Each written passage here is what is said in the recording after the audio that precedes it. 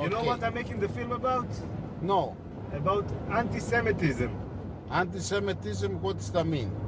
It means when people hate the Jewish people. No way, man. The Jewish people control the world. Yeah?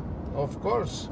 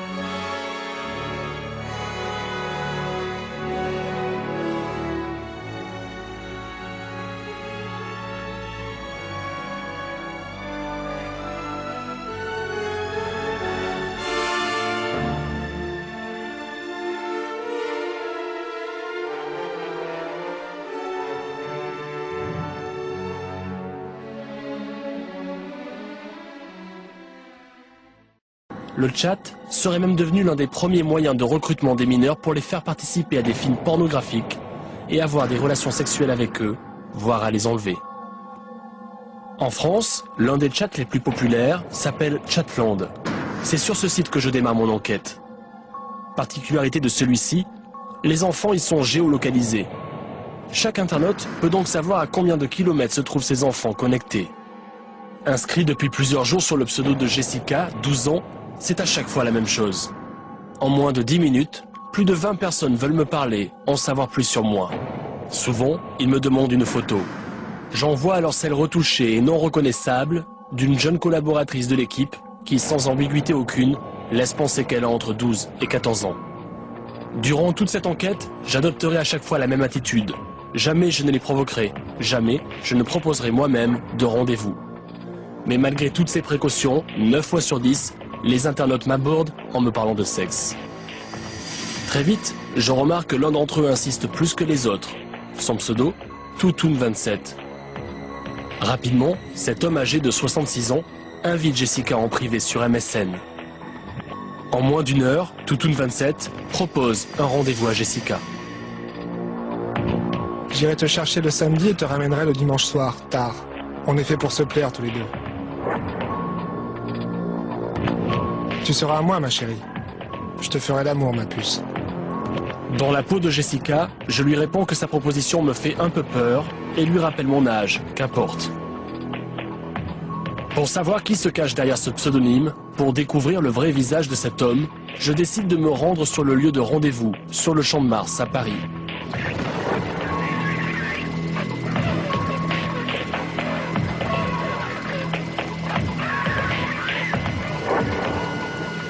À midi pile, un homme s'approche du lieu. C'est bien lui.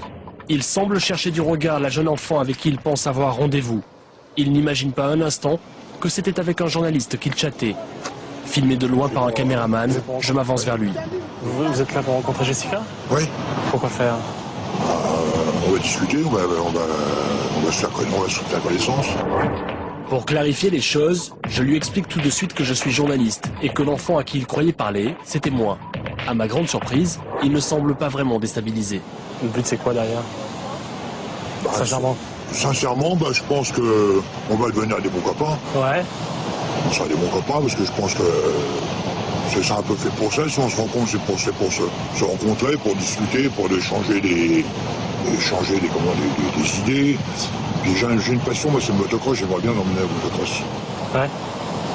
J'aimerais bien. Vous lui avez écrit que vous vouliez faire des choses de sexuelles avec elle. C'est vrai. Oui, entre écrire ce qu'on dit et écrire et puis ce qu'on fait, ça fait une différence. Mais vous êtes quand même venu au rendez-vous là. Oui, c'est normal. C'est normal. Quelque chose de sexuel. Non, pas du tout. Je ne vois pas ici ce qu'on pourrait faire. Pourquoi il faut aller où pour ça? Ça y a un peu aucune idée. Ça me hante pas du tout. Hein. J'en ai pas la moindre idée. Hein. J'en ai pas du tout la moindre. Vous allez souvent sur Chatland? Chatland, ouais, je suis tout le temps. Tout le temps? C'est bien pour rencontrer des jeunes? De la merde, c'est de la merde. Parce que ça concrétise pas de rien du tout. Hein. Ça concrétise pas derrière? Au cours de la discussion, j'apprends que Toutoun 27 s'appelle Pascal. Il vit à 160 km de Paris. Il n'a pas hésité à faire 2 heures de route pour rencontrer Jessica. Pour cette rencontre, je suis venu avec la retranscription des discussions qu'il pensait avoir avec cet enfant de 12 ans. Là, vous lui dites ce jour-là à 18h43, très bien, j'ai envie de te caresser. Oui, il faut bien dire des choses. Vous auriez pu dire autre chose que ça? Non. Non? Pourquoi? C'est une fille. Un mec que je peux pas dire j'ai envie de te caresser, alors qu'un mec, elle est censée avoir 12 ans et vous a dit qu'elle avait 12 ans. Ouais, peut-être bien, j'en sais rien. Et ça... Je me rappelle plus d'ailleurs. Honnêtement, hein, parce que je sais qu'une fois je suis tombé sur une petite année de 12 ans que je ne savais pas. Disons, je me suis... Vous lui avez dit des gros... Des gros bisous sur ta petite fente. Ouais, c'est possible. Donc vous savez qu'elle était jeune. Ouais, c'est... Ah bah, ouais. Bah si, vous avez dit... Oui, non, oui, je regarde tout. Oui, non, c'est bien, c'est bien ça. Vous lui avez dit, tu écarteras bien tes cuisses pour que je fasse des photos de ta chatte. Allez, ouais. Ça, c'était le but de la rencontre aujourd'hui, peut-être? Non. Et pourquoi vous êtes venu alors? Parce que j'avais... Là, je suis venu parce que ça me semblait crédible. Je vais avoir moins ça. Ouais. Je vais avoir une copine que je pour lui faire des bisous partout et des gros bisous sur la petite fente, tout ça. Oui, mais ça c'est du. C'est du quoi? Ça c'est du courant d'air. Hein. C'est le courant d'air que je vais répéter ce soir peut-être à une autre si j'en tombe sur une autre. Je m'occupe pas. Moi je regarde pas le. Ça c'est du courant d'air. Mais vous savez que c'est parfaitement interdit par la loi? Oh bon, oui. S'il faut qu'on s'arrête à la loi, on est bien. Hein. Au cours de la rencontre, Pascal va m'en dire un peu plus sur ses habitudes. Il me confie qu'il passe même ses journées à tenter de rencontrer des enfants. Quand ça tombe, ça tombe. Sinon... Et quand ça tombe, il y en a combien qui tombent Je sais pas, une tous les 15 jours, peut-être une tous les mois. Ah ouais, c'est tout. C'est déjà pas mal. Édifiant.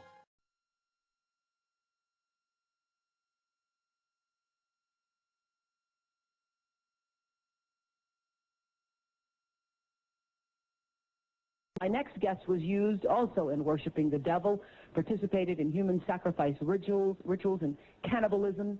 She says her family has been involved in rituals for generations. She is currently in extensive therapy, suffers from multiple personality disorder, meaning she's blocked out many of the terrifying and painful memories of her childhood. Meet Rachel, who is also in disguise to protect her identity. You come from generations of ritualistic abuse? Yes, my family has an extensive family tree, and they keep track of who's been involved and who hasn't been involved. And it's gone back to, like, 1700. And so you were... Right. I was born into a family that believes in this. And does everyone else think it's a nice Jewish family? From the outside, you appear to be a nice Jewish girl? Definitely. And you all are worshiping the devil inside the home? Right. There's other Jewish families across the country. It's not just my own family. Really? And so who knows about it? Lots of people now. I talked to a police detective in the Chicago area, and several of my friends know, and I've spoke publicly before. And so when you were brought up in this kind of evilness, did you just think it was normal? I've blocked out a lot of the memories I had because of my multiple personality disorder. But yes, I mean, it's like if you grow up with something, you think it's normal. Mm-hmm. I always thought So what something- kinds of things? You don't have to give us the gory details, but what kinds of things went on in the family? Well, there would be rituals in which babies would be sacrificed, and you would have to, you know... Whose babies? There were people who bred babies in our family. No one would know about it. A lot of people were overweight, so you couldn't tell if they were pregnant or not, or they would supposedly go away for a while and then come back. The other thing I want to point out, not all Jewish people sacrifice babies. I mean, it's not a very think we kind of know thing. that. I just want to point that out. This is the first time I heard of any Jewish people sacrificing babies. But anyway, so yeah, you witnessed the sacrifice. Right. When I was very young, I was forced to participate in that, in which I had to sacrifice an infant.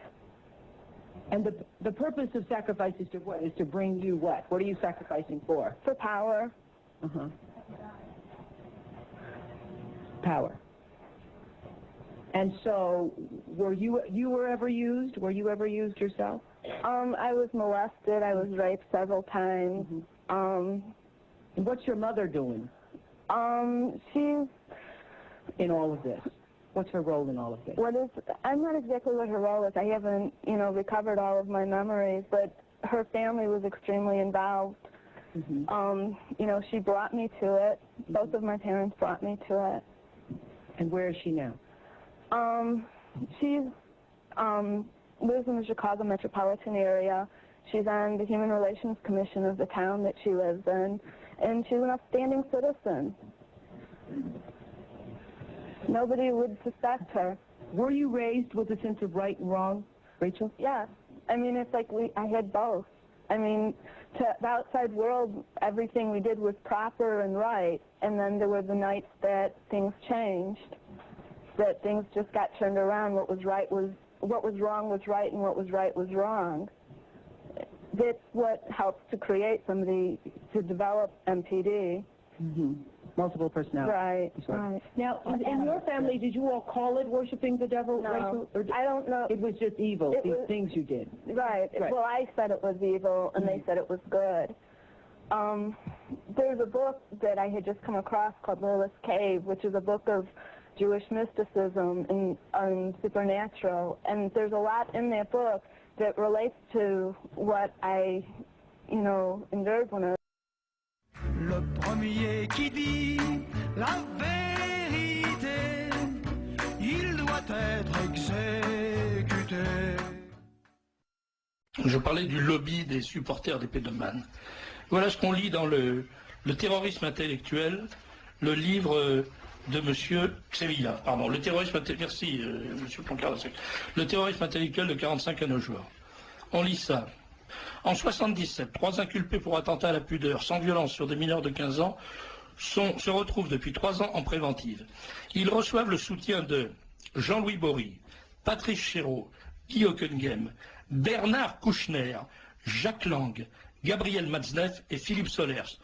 2 points, ouvrez les guillemets, 3 ans de prison pour des caresses et un baiser, ça suffit. Publication dans Le Monde du 26 janvier 77. Vous savez que la sexualité d'un gosse, c'est absolument fantastique. Enfin, c'est quand même, il faut être honnête, sérieux, un petit gosse. Moi j'ai travaillé avec avant des tout petits, là, les tout petits c'est autre chose, mais avec des gosses qui avaient entre 4 et 6 ans. Vous savez, quand une petite fille de 5 ans et demi commence à vous déshabiller, c'est fantastique. C'est fantastique parce que c'est un jeu absolument érotique. Vous me trouvez... Je ne pense à personne, madame. Je ne pense à personne. Je pense au monde tel qu'il a été, à l'histoire telle que je la connais. Vos insinuations sont minables. Non, elles sont justes Non, et elles sont historiques. minables. Mais je ne pense pas à vous, hein. Je pense au monde tel qu'il est. Je pense qu'il y a eu des tortures horribles comme ça. Et quand j'ai revu ces tortures, j'ai pensé à Henri Alleg. Je ne sais pas pourquoi. C'est une maladie de ma part. Puisque vous vous lancez dans ce type d'accusation, vous auriez pu au moins avoir le courage d'aller jusqu'au bout de ce que vous dites. Ah, moi, je suis très peureux dans la vie. Oui. Hein, je suis un lâche. Voyez-vous, Jean-Marie Le Pen, lui, il a gagné ses procès lorsqu'on l'a accusé de torture. Vous, quand on vous a accusé de pédophilie, vous n'avez pas gagné vos procès. Parce que personne ne m'a fait un procès, je ne vois pas pourquoi, mais si ça vous c'est vous qui auriez dû en faire pour diffamation. Mais ça n'était pas une diffamation, c'était la vérité, monsieur Cohn-Bendit. Vous savez tout. Jean-Marie Le Pen, lui, ne se fait pas tripoter la braguette par des gamins. J'aimerais savoir quelle est la légitimité de Cohn-Bendit pour parler au nom de quoi que ce soit. Il n'est même pas français, c'est un Allemand. Voilà, il donne des leçons à tout le monde. À part avoir fait l'apologie de la pédophilie, aider à chasser De Gaulle, qui est donc le grand patriote qui avait aidé la France à être respectable et respecté à l'orée des années 60, quelle est la légitimité, le CV de Cohn-Bendit pour donner des leçons à tout le monde? J'aimerais bien savoir. Je vous dis, à part la pédophilie, l'éviction de De Gaulle, et le fait finalement de dire qu'on ne devait jamais faire confiance à un homme de plus de 40 ans, il aurait dû se retirer du jeu. Enfin voilà, il faut se poser la question. À part son appartenance à la communauté organisée, quel est son... Comme s'il était un peu un marquis sous l'Ancien Régime, quoi. C'est-à-dire qu'effectivement, il a le sang qu'il faut. Mais j'aimerais bien savoir d'où parle-t-il, pour reprendre une célèbre phrase de Roland Barthes. On va citer que mes passages. On va citer les tiens un peu. Allez-y, Dorothée. Un petit peu de silence. C'est vraiment ça la télé, quoi. Et enfin, un 40. Sérieux, parler de choses sérieuses. Alors quoi, je voudrais lire un passage qui est un peu dur. Et enfin, à 40 ans, avec ce curieux gamin un peu bizarre, oh non, alors là, je vous l'interdis. Je refuse de parler de moi, parce qu'ici, nous avions normalement, on parle de ce qu'on écrit. Pourquoi tu parles de ce que moi j'écris? Je veux pas qu'on parle de ce que tu écris. Allez-y, Dorothée. Ça n'a rien à voir avec la politique, c'est trop facile. Tout le monde verra que tu es un censeur, et un autocenseur. Je ne suis pas un censeur, j'en ai parlé. J'ai dit moi-même à mon éditeur que je voulais laisser ce passage. C'est pas grave. Oui, alors lisez-le, Dorothée, lisez-le. J'ai laissé ce passage. Non, ça m'intéresse. C'est un examen de conscience. C'est un journal pour moi, c'est pas un livre où on va raconter les ragots de ses copains en déformant ce qu'il dit, parce que le problème c'est que souvent tout le temps, j'essaye de faire mon examen de conscience. Je n'ai jamais tenu mon journal pour d'autres raisons. S'il est resté quelques ragots, parce que de temps en temps il y en a un qui passe. Mais il y en a lisez un bout de cet examen de conscience. S'il vous plaît. Sur un épisode sexuel de ma vie qui a déjà été longuement traité. C'est une question qu'on pose, vous en parlerez. Il s'agit d'une expérience que vous avez eue à un moment, une expérience sexuelle avec un enfant, c'est clair? Attention, expérience sexuelle avec un enfant, Je parle de tolérance en général. La tolérance est quelque chose qui, en ce moment, est en train de disparaître totalement. Et vous parlez des événements récents, comme s'ils avaient libéré une situation bloquée jusque-là. Mais il y a plus de 20 ans que le tourisme sexuel est réprimé très sévèrement, très durement, impitoyablement. Avec pas de réprimer. Moi, je pense que... Moi, je ne suis pas un juge. Il faut comprendre les choses, il ne faut pas le juger. Vous nous parlez de la beauté du monde et de la beauté du sexe. Mais concrètement, en acte, que faites-vous? Que faites-vous sinon brandir sans cesse le bâton de la morale? Mais oui, que faites-vous? Sur les enfants, la beauté du sexe sur les enfants. Écoutez, je pensais que le débat était très arriéré en Italie, je m'aperçois. Aujourd'hui, je vous en prie, le sexe avec les enfants, je vous en prie. Ce sujet-là est un sujet qu'on ne peut plus aborder aujourd'hui. Plus personne n'ose parler de la sexualité des enfants. Mais il n'a pas parlé de ça, j'ai mal entendu. C'était sur les jeunes ou quoi? Non, mais vous êtes... Non, j'ai entendu ça. On interdit les Pinocchio aujourd'hui. Il y a une espèce de chape de plomb qui tombe, comme ça, qui tombe de boucles blondes, n'est-ce pas, sur l'ensemble de la société, qui vient interdire tous les comportements un peu différents, un peu anormaux, mais bien sûr. Et alors là, chaque fois, on revient à la pédophilie. La pédophilie est un sujet qui est maintenant totalement interdit. C'est politiquement correct. Vous ne pouvez plus dire un mot sur ce sujet. Pourquoi pas? Sans être diabolisé. Il faut en parler. Moi, je pense qu'il faut en parler, au contraire. Ah bon? Oui, je pense. Et comment en parler alors? Sans dire que c'est... En disant quoi? En disant que tous ceux qui sont attirés par les enfants sont des criminels? Non. Qu'il faut mettre en prison ad vitam aeternam? Bah oui, c'est ça ce qu'il faut dire? Non. Quand il passe à l'heure. Vous avez un système de parler qui est très autoritaire. Qui? Vous. Oui. Donc, qui ne laisse pas l'autre. Qui ne laisse pas l'autre. C'est chacun son tour, mais dans la liberté. C'est un système autoritaire au service de la liberté. Qui en a besoin? C'est vous qui le dites. La forme, les mots qu'on utilise est en relation très stricte avec ce qu'on dit. Vous ne faites que prôner le mensonge, enfin. Jacques de Guibon. Mais non, mais je suis assez stupéfait par le cynisme de Maître Lévy. Je trouve que vous êtes vous faites le défenseur d'un genre d'ancien régime. Quand on voit Luc Ferry, là, on a l'impression vraiment d'être dans des salons 18e roulants où chacun va sortir ses petites histoires sur un machin, mais qui est un monde intouchable parce que c'est un monde politique au-dessus ou de dominant, etc. Et on n'a pas le droit de faire craquer. Et on a envie de comité de salut public quelquefois. Bonsoir Jack Lang, merci d'être avec nous en direct car on ne vous a pas encore entendu. Vous êtes, rappelons-le, un proche de DSK, vous l'avez vu je crois lors de son dernier passage à Paris. Vous le souteniez pour les primaires, on ne sait pas s'il faut parler au passé. Comment réagissez-vous à ces derniers développements? Je crois que ce qui doit guider tout citoyen, socialiste ou pas, c'est en matière juridictionnelle la recherche de la vérité et l'équité. Donc je ne me prononce pas sur le dossier que je ne connais pas. Mais je ne peux pas ne pas constater que depuis 2 jours, il y a comme une sorte d'acharnement, de lynchage contre Dominique Strauss-Kahn. De la part de qui? D'un côté, de la part du système juridictionnel américain et du système médiatique en général. D'un côté, seule la voix de l'accusation est entendue. On cite toute une série de faits ou d'événements. À aucun moment, il n'a été possible à la défense de répondre. Et il faut attendre encore de nombreux jours avant que Dominique Strauss-Kahn soit en état de répondre dans des conditions d'équité. Par ailleurs, je note les contradictions multiples de la police qui a changé de version à différents moments. Je le note sans en tirer de conséquences. Oui. Et par ailleurs, aujourd'hui même, quand on connaît un tout petit peu le système américain, qui est différent du nôtre, c'est l'évidence. Ne pas libérer, alors qu'il n'y a pas mort d'homme, ne pas libérer quelqu'un qui verse une caution importante, ça ne se fait pratiquement jamais. Oui.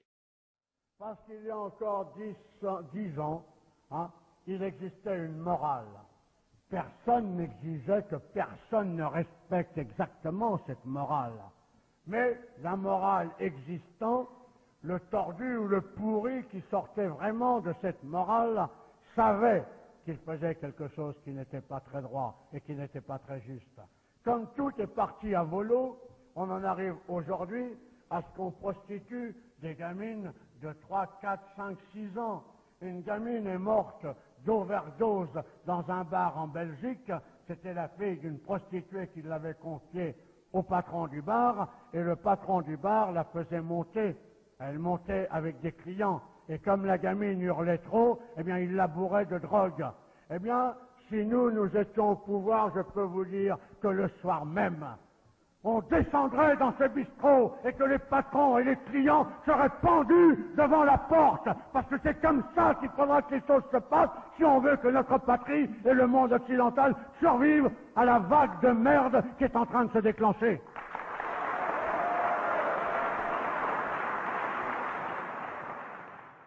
Une région du monde qui permet ce genre de choses est condamnée à mort tôt ou tard. Et ça aussi, il faudra bien l'arrêter. Et ne croyez pas que je sois axé principalement là-dessus, mais je trouve que c'est une des choses les plus dégueulasses.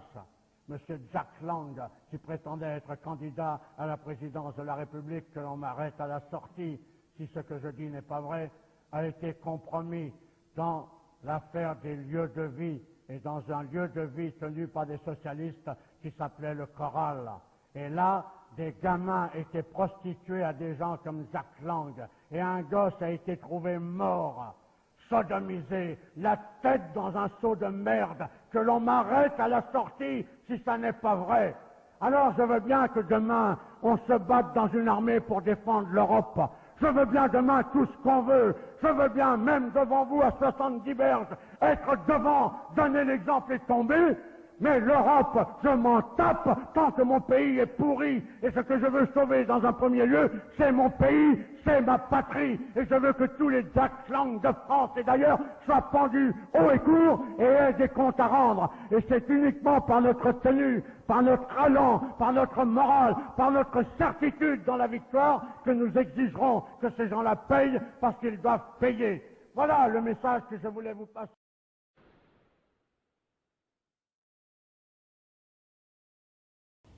Polanski, comme souvent les gens issus de sa communauté d'ailleurs, a des casseroles de pédophilie. Pas de pédophilie dramatique, parce que ce qu'il aime, c'est les gamines de 14-15 ans. Donc elles sont déjà pubères, mais à la limite, c'est pas, comme certains, les violer des gosses de 2 ans. Mais dans l'Amérique puritaine, ça lui a coûté cher. Donc en fait, il avait une condamnation, de peur d'avoir une condamnation grave pour une histoire sexuelle qu'il avait eue avec une fille de 11 ans qui en faisait 14, ou je sais pas quoi, enfin... bon voilà, c'est des histoires un peu sordides. Il avait fui la justice américaine, l'Amérique ne rigole pas là-dessus. Donc il avait dormant depuis des décennies, malgré son statut de grand cinéaste de stature mondiale. C'est un grand cinéaste, hein. Il a fait des chefs-d'œuvre, hein. Il a fait Rosemary's Baby, j'ai revu Chinatown l'autre jour. Bon, le scénario est de Gérard Braque. Gérard Braque, c'est du chef-d'œuvre de cinéma, c'est du grand cinéma, hein. Donc moi, c'est pas parce que le mec, d'un seul coup, est critiquable sur un certain secteur que je vais nier son talent. Voilà. Bon, Polanski est un très grand cinéaste qui avait des casseroles on va dire, de viol sur mineurs, hein, voilà. Pas pédophilie, on va dire viol sur mineurs, mais ça dormait depuis des années. Et à un moment donné, c'est réactivé. Et il se retrouve des années après sur la sellette. Alors qu'est-ce qui s'est passé entre-temps? Ça, je l'avais remarqué. Il fait un film qui est passé assez inaperçu, qui est un très bon film, qui s'appelle The Ghostwriter. Le sujet de ce film, c'est de dire en gros, c'est très explicite, hein, que Tony Blair, l'ancien président d'Angleterre, a été toute sa vie un agent américain, et qu'en fait il a travaillé pour les intérêts de l'Empire américain et pas pour les intérêts anglais. Il fait ce film, qui est un film subversif, critique. Derrière, boum, il se chope, réactivation de sa condamnation pour viol. À peine sorti de l'avion qui le menait en Suisse, Roman Polanski est rattrapé par son passé à près de 80 ans. Il s'est fait arrêter pour une affaire qui remonte à 1977. Alors justement, est-ce que cette arrestation de Roman Polanski est le fruit du hasard ou au contraire, est-ce que la traque a été préméditée ? Non, c'est le résultat d'une stratégie très élaborée de la part du procureur de Los Angeles. Son nom va devenir sans doute célèbre. Il s'appelle Steve Cooley. Il est à la tête de 1000 fonctionnaires. C'est le procureur le plus puissant des États-Unis. Il se prend dans la gueule la réactivation finalement de son dossier de viol parce qu'il fait The Ghostwriter. La communauté organisée le sauve par tous les moyens. Là, on a la solidarité tribale dont je parlais tout à l'heure, qui peut être négative contre le goyim insoumis avec Tim Seat ou les excitations injustifiées de Todd, injustifiées par le concept, ou les solidarités injustifiées par le concept de Todd. Puis aussi, il faut sauver le soldat Polanski. Et d'un seul coup, on a les BHL, les machins qui disent de toute façon, un génie juif mérite d'être traité comme un génie. Roman Polanski est un enchanteur qui a enchanté des générations entières. C'est un peu sinistre, cette histoire, franchement. Hein. Un homme d'un tel talent, reconnu dans le monde entier. Révolté, indigné, scandalisé, et je le dis, il ne faut pas laisser faire.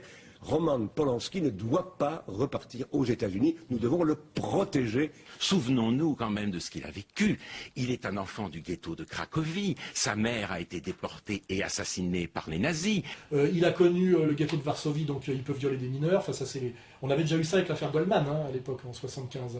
J'ai tué 2 pharmaciennes et j'ai tué sur un flic parce que moi, je suis né en France, j'ai jamais rien vu, mais mes parents polonais ont été victimes de la Shoah. Donc on a toujours cette manipulation tribale de souffrance des ancêtres, ce qui est d'ailleurs la définition du tribalisme. Hein.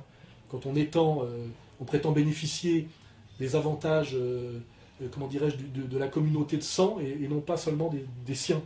Hein, c'est-à-dire la transmission de la responsabilité collective, le privilège collectif, tout ça c'est du tribalisme. Hein. Ça n'existe pas dans l'individualisme universaliste républicain. Hein. C'est le vous, nous, ça c'est typiquement tribal. Transmission héréditaire de la valeur, transmission héréditaire de la responsabilité, co-responsabilité au niveau de la fratrie des responsabilités, tout ça c'est du tribalisme. Hein. Je tue ton cousin parce que toi tu m'as fait quelque chose, ça n'existe pas dans l'individualisme, mais ça existe dans le tribalisme, et on voit bien que ces gens-là sont tribaux chaque fois qu'il faut réagir de manière émotionnelle, hein, dans la désignation haineuse ou dans la solidarité. Donc là, le soldat Polanski est sauvé par la communauté organisée au nom de la solidarité tribale. C'est toujours selon des critères ethnico-racialo-confessionnels, jamais selon des valeurs de morale universelle. Hein, voilà. Et il est sauvé. Mais après, il faut qu'il rembourse la communauté qu'il a sauvée. Et le remboursement arrive très vite. Il doit tourner à partir de septembre un film sur l'affaire Dreyfus. Je ne pense pas que Polanski, à l'âge qu'il a, avec la carrière qu'il a envie de se taper un film sur l'affaire Dreyfus. Mais je pense qu'il est obligé de le faire, parce que c'est comme dans la mafia, on t'a sauvé, mais il faut que tu rembourses. et tu vas nous faire un beau film sur l'affaire Dreyfus, Polanski, qui sera nommé évidemment au César, aux Oscars, etc., peut-être qu'il y aura des prix, parce qu'en ce moment, il y a une insoumission qui monte en France, qui est la réaction normale à une domination communautaire de plus en plus pesante et illégitime selon les critères républicains laïques bien sentis, dont les marqueurs sont l'affaire Dieudonné, Alain Soral, etc.